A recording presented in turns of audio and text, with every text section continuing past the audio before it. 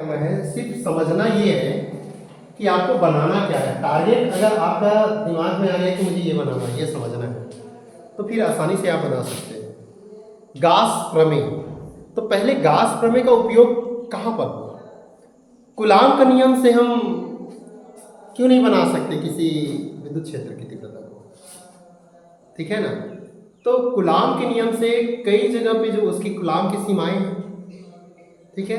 जैसे मान लीजिए कि हमारे पास में एक लंबा अनंत लंबा तार है, ठीक है, अनंत लंबा तार है। तो उस तार का अगर हमें विद्युत क्षेत्र की तीव्रता निकालनी हो तो कैसे निकालेंगे? एक लंबा तार इधर या इधर किसी तरफ में अगर हम कोई एक बिंदु लेंगे और उस बिंदु पर विद्युत क्षेत्र की तीव्रता निकालेंगे तो कैसे निकलेगी? तो समस्या है, नहीं हो पाएगा, है ना। तो फिर क्या करें हम? तो गॉस ने एक नियम दिया। पहले हम क्या करते हैं, एक विद्युत फ्लक्स निकाल लेते हैं। क्या निकाल लेते हैं? विद्युत फ्लक्स निकाल लेते हैं, है ना। तो गॉस प्रमेय से एक विद्युत फ्लक्स निकालने के लिए उसने क्या किया, एक बंद पृष्ठ बनाया। क्या बनाया? बंद पृष्ठ। ये बंद पृष्ठ कब बना? जब उसके अंदर में हमने कोई एक आवेश रखा। अब इस आवेश की कल्पना किया गई, इस आवेश की कल्पना की गई। तो प्लस क्यू आवेश है, तो इस प्लस क्यू आवेश के चारों ओर क्या होंगे? प्लस क्यू आवेश के चारों ओर क्या होते हैं? क्या होते हैं? विद्युत क्षेत्र। विद्युत क्षेत्र होते हैं, ठीक है ना। ये तो कूलाम ने भी कहा। और उस विद्युत क्षेत्र के कारण ही दो आवेशों के बीच में अगर कुछ आर दूरी पर रख दी जाए तो इन दोनों के बीच में क्या लगता है? बल लगता है। दो आवेश के बीच में बल लगता है, ये बताया था कौन? कूलाम ने, ठीक है। उसी से हमने क्या निकाला था? वैद्युत द्विध्रुव। वैद्युत द्विध्रुव, और वैद्युत द्विध्रुव में हमने देखा था तो इन दोनों के बीच की दूरी कितनी हो गई थी? 2m। और इस वैद्युत द्विध्रुव के कारण किसी बिंदु पर अक्षीय स्थिति में, निरक्षीय स्थिति में या किसी बिंदु पर हम विद्युत क्षेत्र की तीव्रता निकाल रहे हैं, ठीक है। अब उसके बाद में हमारा समस्या आया कि अगर एक अनंत लंबा तार है, इस तार पे अगर मुझे यहां पर विद्युत क्षेत्र की तीव्रता निकालनी हो तो कैसे निकालेंगे? दूसरा, अगर मेरे पास में एक समतल चादर है तो इस समतल चादर को हम आवेशित कर दिए। समतल चादर को क्या कर दिया गया? आवेशित कर दिया। अब आवेशित करने के बाद इसके कारण इस पॉइंट पे या यहाँ पर विद्युत क्षेत्र की तीव्रता क्या होगी? दो समतल चादर हो गए, तो दो समतल चादर के पास में विद्युत क्षेत्र की तीव्रता कहां पर कितनी होगी? ये हो गया। फिर कहता है मान लीजिए कि मेरे पास में कोई एक गोला है, इस गोले को अगर मैंने यहां से आवेशित कर दिया, अब आवेशित करने के बाद यहां पर इस बिंदु पर विद्युत क्षेत्र की तीव्रता क्या होगी? इस बिंदु पर विद्युत क्षेत्र की तीव्रता क्या होगी? इसके पृष्ठ पर विद्युत क्षेत्र की तीव्रता क्या होगी? ये सारी समस्याएं आई, तब गॉस ने एक नियम दिया जिसे गॉस प्रमेय कहते हैं। और गॉस प्रमेय ने कहा कि अगर ये हमारा बंद पृष्ठ है तो इस बंद पृष्ठ के लिए हमको एक जानना होगा। वो क्या जानना है? एरिया वेक्टर, सदिश क्षेत्र। क्या पहले जान लें हम? सदिश क्षेत्र को जान लें, ठीक है। इस सदिश क्षेत्र के लिए इसने देखा कि यहां पर ये जो दिया गया है, इसके इस एरिया को अगर ये 90 डिग्री, इस क्षेत्र से 90 डिग्री में अगर जाता है तो हम इसको क्या कहते हैं? सदिश क्षेत्र कहते हैं, ठीक है।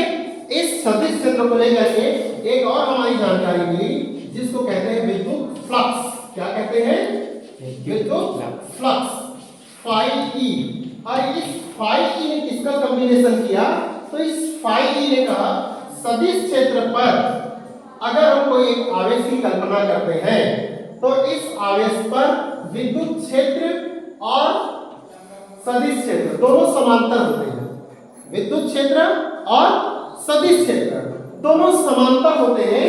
तो इस कंडीशंस पे यहां पर हमारा ये जो थीटा का कोण बनेगा, या थीटा का कोण कितना आ जाएगा? 0 डिग्री। और अगर ये 0 डिग्री आता है तो इस पे आवेश का मान कितना होगा, बहुत ज्यादा होगा। विद्युत क्षेत्र रेखाओं की संख्या ज्यादा होगी और विद्युत क्षेत्र की संख्या ज्यादा होगी तो इसके फ्लक्स का मान भी क्या होंगे, ज्यादा होंगे।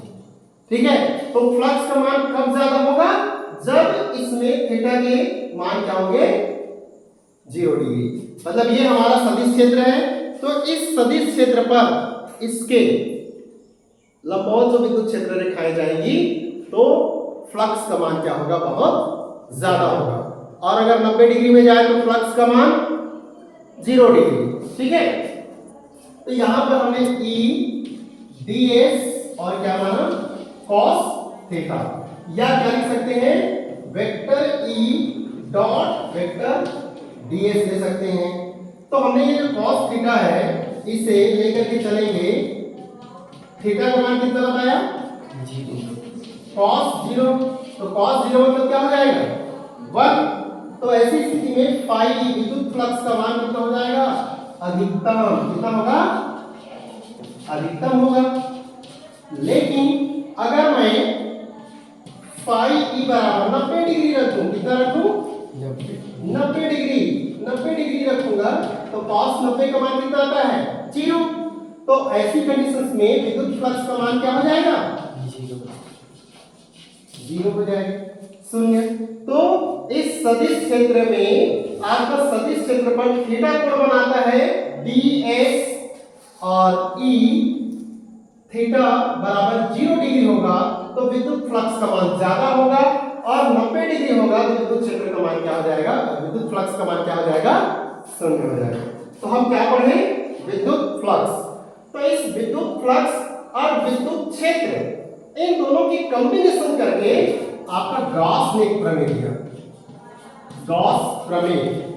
इसने क्या कहा, किसी बंद पृष्ठ के गुजरने वाला संपूर्ण विद्युत फ्लक्स, किसी बंद पृष्ठ से गुजरने वाला संपूर्ण विद्युत फ्लक्स उस पृष्ठ के अंदर उपस्थित कुल आवेश का 1/ε गुना होता है। कौन, संपूर्ण विद्युत फ्लक्स। ठीक है जी, ये कॉन्सेप्ट अगर हमारी समझ में आ जाती है तो हम क्या निकाल सकते हैं, कॉन्सेप्ट यहां से अगर हमको समझ में आ जाती है तो हम क्या निकाल सकते हैं, किसी भी चाहे वह समतल लंबाई के तार हो, समतल चादर हो या गोला हो, ये एक समान अगर आवेशित है तो इस आवेश के कारण कहीं पर भी विद्युत क्षेत्र की तीव्रता जितना भी होगा वो हम क्या कर सकते हैं, आसानी से निकाल सकते हैं। ठीक है, तो यहां पर कूलाम का नियम अगर काम नहीं करता है तो भी विद्युत फ्लक्स का मान काम करेगा। फॉर एग्जाम्पल, अगर मैं इस अनंत लंबाई तार के कारण यहां पर विद्युत क्षेत्र की तीव्रता कितनी होगी, तो क्या करूंगा, मैं गास पृष्ठ की कल्पना करूंगा। ऐसा क्या बनाऊंगा, गास पृष्ठ। क्या बनाया मैंने, गास पृष्ठ। अब ये गास पृष्ठ बना तो यहां से यहां पर एक हमारा लेते हैं ना, ऐसा इस तरह से लेते हैं जी। इधर क्या होगा, विद्युत क्षेत्र, इधर क्या होगा, किसका मान होगा, ds, ये जो एरिया होगा। ठीक है, अगर मैं इसे E1 मानता हूं, ये क्या होगा, E2, इधर भी एक एरिया होगा, ये क्या हो जाएगा, E3, E2 और E3 थीटा बराबर कितना डिग्री का कोण बना रहा है, 90 डिग्री का, और ये कितने का कोण बना रहा है, ये वाला कितना डिग्री कोण बना रहा है, 0 डिग्री। तो इसी का विद्युत फ्लक्स निकालेंगे, इसी का क्या निकालेंगे, विद्युत फ्लक्स। तो इसका जो विद्युत फ्लक्स निकालेंगे तो फाई ई बराबर क्या होगा,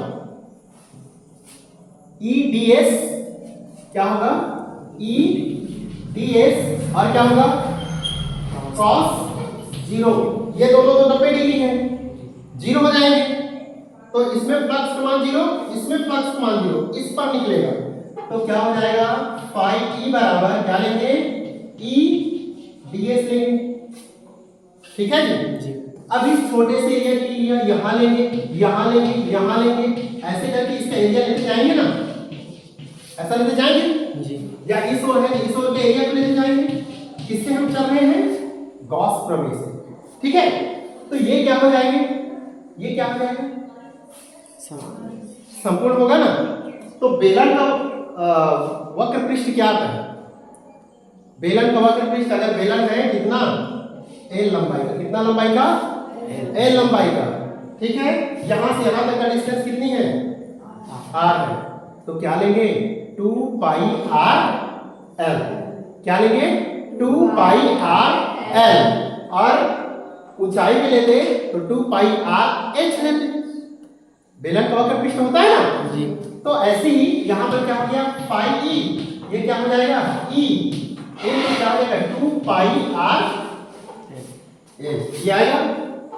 अब फाई ई का मान कितना होता है, फाई ई का मान कितना होता है क्यू अपन एप्सिलॉन, कितना होता है क्यू अपन एप्सिलॉन 0। तो यहां पर देखो क्यू अपान क्या हो जाएगा एप्सिलॉन 0, और क्या हो जाएगा ई इंटू क्या हो जाएगा 2 पाई आर एल होगा जी। तो ई बराबर क्या लिखोगे जी, ई बराबर क्यू ऊपर रहेगा, क्यू ऊपर रहेगा और ये नीचे में जुड़ा हो जाएगा, क्या हो जाएगा 2 पाई एप्सिलॉन 0 इंटू क्या आ जाएगा जी आर एल, ये आएगा। अब बताइए रेखीय आवेश वितरण क्या होता है, रेखीय आवेश वितरण, एक रेखीय आवेश वितरण है linear charge distribution, surface charge distribution, volume charge distribution. रेखीय आवेश वितरण और पृष्ठीय आवेश घनत्व और क्या था आयतन आवेश घनत्व, ये बताया था ना आपका लैम्डा बराबर बताया था, क्यू अपान क्या बताया था एल, और सिग्मा बराबर क्या बताया था क्यू अपान एस, और क्या बताया था गामा बराबर क्यू अपान डी, ये बताया था ना। इसको लेकर के चलेंगे तो क्यू बराबर क्या मिलेगा लैम्डा इंटू एल मिलेगा ना, यहां पर रख देते हैं क्यू का मान में, तो ई बराबर क्या मिलेगा लैम्डा इंटू क्या मिलेगा एल अपान क्या हो जाएगा 2 एप्सिलॉन 0 इंटू क्या होगा एल, एल एल कटेगा तो क्या मिलेगा lambda upon 2 pi epsilon 0 r. ये किसका मान है जी, किसका मान है विद्युत क्षेत्र का, किसका विद्युत, किसके सहारे से निकाले गॉस प्रमेय की, इसलिए गॉस प्रमेय इंपॉर्टेंट है, ठीक है जी। इस गॉस प्रमेय से एक अनंत लंबाई के जो आवेशित तार है, इस तार के कारण किसी भी बिंदु पर विद्युत क्षेत्र की तीव्रता क्या है हम क्या कर सकते हैं आसानी से निकाल सकते हैं। इसमें हम ग्राफ भी बना सकते हैं, ग्राफ कैसा बनेगा तो ई किसके अनुक्रमानुपाती है, विद्युत क्षेत्र किसके अनुक्रमानुपाती है आर के, किसके आर के विकर्ण अनुपाती, मतलब आर का मान बढ़ता जाएगा, आर का मान बढ़ता जाएगा तो विद्युत क्षेत्र का मान कम होगा, और पास आएगा आर का मान तो विद्युत क्षेत्र की तीव्रता का मान क्या हो जाएगी ज्यादा। तो ऐसे में इसका जो ग्राफ बनेगा वह ग्राफ कैसे बनेगा ऐसा, इस तरह के जो ग्राफ बनते हैं, इस ग्राफ को भी आपको क्या करना है याद रखना है, ठीक है, समझ में आया जी।